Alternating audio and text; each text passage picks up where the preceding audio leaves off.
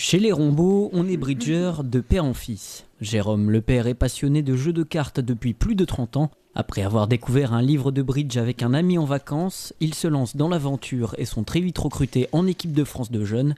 En 2016, il est champion d'Europe avant de terminer vice-champion du monde l'année suivante. Depuis, il a transmis le virus à son fils de 14 ans. Aujourd'hui, Jérôme Rombaud est en charge avec une équipe du site Funbridge qui permet de jouer en ligne au bridge. Un succès retentissant qui lui permet de vivre de sa passion. Là, depuis 20 ans, ça a marché du feu de Dieu, puisque maintenant, il y a près de 300 000 personnes qui jouent depuis 250 pays dans le monde. Et voilà, donc on n'est pas spécialement des bridgers, mais des passionnés.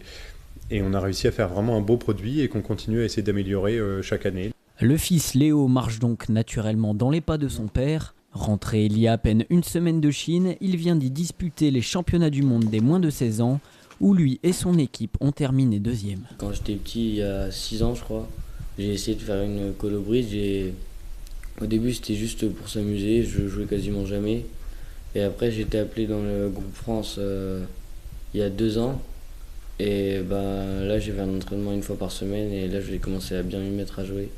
Très fier de son fils, Jérôme ne cache pas son enthousiasme, même si Léo n'est pas encore sûr de suivre la même carrière que lui. Déjà il joue sur mon site, sur Funbridge, il joue beaucoup. Et puis en France il y a souvent des festivals qui ont lieu pendant les vacances. Et donc on part parfois ensemble. Et c'est vrai que j'adore jouer avec lui et il a vraiment le sens du jeu. Et bon, on verra pour l'instant sa seconde passion, ou sa première passion c'est le foot, mais on verra dans le futur s'il persévérera dans le bridge. Et en tout cas moi j'ai plaisir à jouer avec lui. Ouais. Il a quand même des qualités intrinsèques, alors je sais pas si ça se transmet de père en fils, mais naturelles en tout cas, il est vraiment très très doué.